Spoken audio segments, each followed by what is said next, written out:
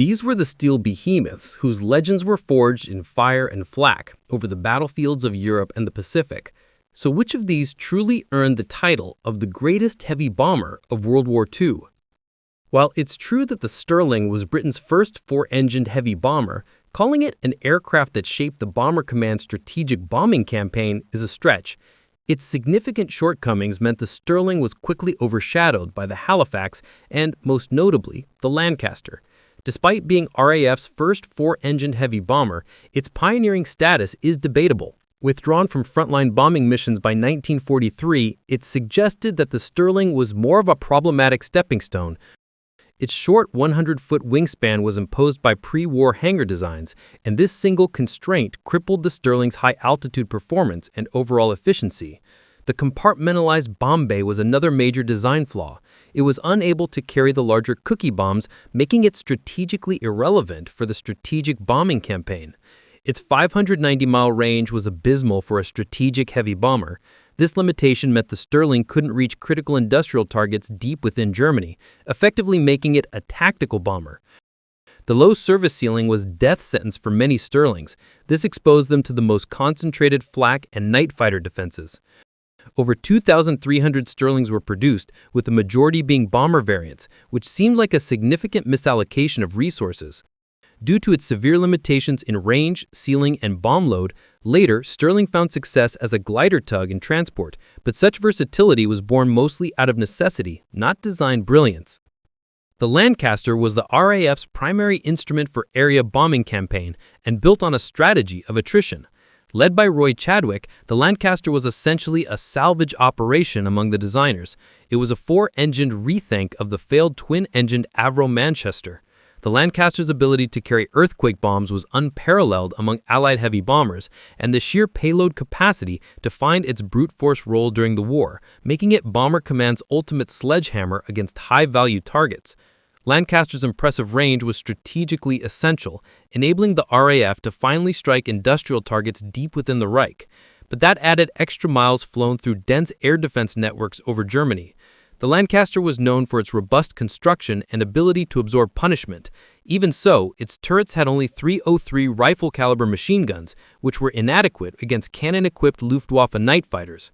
Although Lancaster's service ceiling was adequate for night bombing, it still operated squarely within the kill zones of German heavy flak. Yet, this was a deliberate design compromise to maximize bomb load. This also made the Lancaster a predictable and vulnerable target, making it entirely unsuitable for daylight bombing operations. The mass production of over 7,300 Lancasters allowed Bomber Command to sustain its campaign through sheer weight of numbers. Lancaster was known for its profound lack of versatility, but by being a hyper-specialized bomb truck, it performed its primary role with unmatched excellence. Being dubbed the Allies' No. 4 bomber might seem to be merely an afterthought. However, the Halifax was the Bomber Command's primary mainstay long before the Lancaster became dominant. The Halifax's development was far from smooth, beginning with a significant design flaw and its reliance on the flawed Rolls-Royce Vulture engine. However, the successful pivot to the legendary Merlin engine proved its design adaptability. The loss of 1,800 Halifaxes during the war is a sobering figure, yet its strategic impact is undeniable. It delivered nearly 250,000 tons of bombs. In terms of combat range, the Halifax falls short of the Lancaster, which could carry a heavier bomb load even deeper into enemy territory. Nevertheless, its range was still a massive improvement over earlier bombers like the Stirling. Armed with rifle-caliber .303 machine guns, the Halifax was undeniably undergunned compared to the American heavy bombers equipped with .50 caliber guns. The Halifax's service ceiling of 24,000 feet was a clear limitation, placing it well below the operating altitudes of American B-17s and making it more vulnerable to flak during daylight raids. With more than 6,000 aircraft built, the Halifax was a manufacturing triumph, yet its numbers were still eclipsed by the Lancaster. The Halifax's greatest strength was its versatility. This adaptability made it indispensable to the total war effort, including hunting U-boats or dropping SOE agents, roles the more specialized Lancaster could not fill. Ranked at number 3, the Liberator's legacy is one of sheer, brute force industrial might. It was a weapon whose greatest asset was its ubiquity as the most produced American combat aircraft in history. The B-24 Liberator was a product of pure pragmatism, with superior on-paper performance compared to the older B-17. However, crews often described it as tiring and unforgiving to fly. There is no denying the B-24's global strategic footprint. Its contribution to winning the Battle of the Atlantic alone was monumental. However, Liberator's legacy is often marred by the costly low-level raid on Ploiești. In the European theater, on typical missions with a full bomb load, its range was only marginally better than the B-17's, but at the cost of inferior durability and poor formation-keeping ability. Packing up to 12 50-caliber machine guns gave the B-24 a formidable sting, making it a deadly opponent for any attacking fighter. The B-24's service ceiling of 28,000 feet may have been superior to its British counterparts on paper, but it was notoriously difficult to handle at high altitudes. The production of 18,500 Liberators stands as a monumental feat of American industry. However, hasty construction and initial quality control issues meant many early B-24s delivered with defects. The B-24's modular design was a double-edged sword. While this adaptability made it easy to design sub-hunters and long-range transports, its variants often inherited the same flaws as well.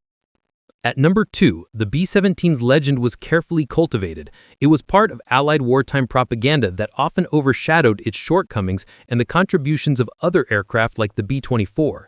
Yet, a legend must have a basis in truth. Entering service in 1938, the B-17 was fundamentally a pre-war design. By the time it was thrown into war, it was arguably outmatched in speed and payload by newer designs. The staggering losses during missions like Schweinfurt-Regensburg in 1943 proved that daylight bombing campaigns were initially costly. Yet the campaign of attrition was ultimately decisive, and the B-17 forced the Luftwaffe into a fight it couldn't win. The B-17 possessed less range than the B-24 Liberator, making it less suitable for the vast distances of the Pacific theater. But in Europe, the combination of range and durability was well suited for the missions. The name Flying Fortress suggests an invulnerable battleship of the skies, although no amount of 50-caliber machine guns could make it immune to relentless fighter intercepts. The B-17's high operational ceiling was the cornerstone of the fly-over-the-flak doctrine, which proved over-optimistic. In reality, its 35,000 feet was never high enough to escape German anti-aircraft fire or fighter attacks. With 12,700 B-17s built, the scaled-up production was enough to create vast bomber formations. Unlike the jack-of-all-trades Halifax or Liberator, the Fortress was mostly a specialist, a thoroughbred designed for one core mission, the high-altitude precision daylight bombing. Finally, the B-29 Superfortress is hailed as the undisputed champion of strategic bombing and the technological marvel that helped end World War II. While its specs were impressive, its engines were notoriously unreliable and prone to catastrophic fires. The B-29's strategic impact is undeniable, as it was chosen to deploy the atomic bomb, which both ended the war and altered the course of history. No one can deny the B-29's exceptional range, enabling the sustained air campaign against Japan from the Marianas. The B-29's revolutionary remote-controlled turrets offered unparalleled defensive firepower, which ensured better accuracy against Japanese fighters. The B-29's ability to fly higher than any other bomber was its key design feature, promising invulnerability. Yet the high-altitude precision bombing campaign against Japan was ineffective due to the jet stream winds. About 4,000 B-29s were produced, but it was so complex and rushed that non-combat losses were appallingly high. For every B-29 lost in battle, 2 were lost to accidents and mechanical failures. The B-29's post-war adaptation into roles like reconnaissance, aerial refueling, and training is often cited as proof of its brilliant design, even though it can also be viewed as an attempt to justify the colossal investment in a single expensive platform. Thank you for watching, and see you in our next videos.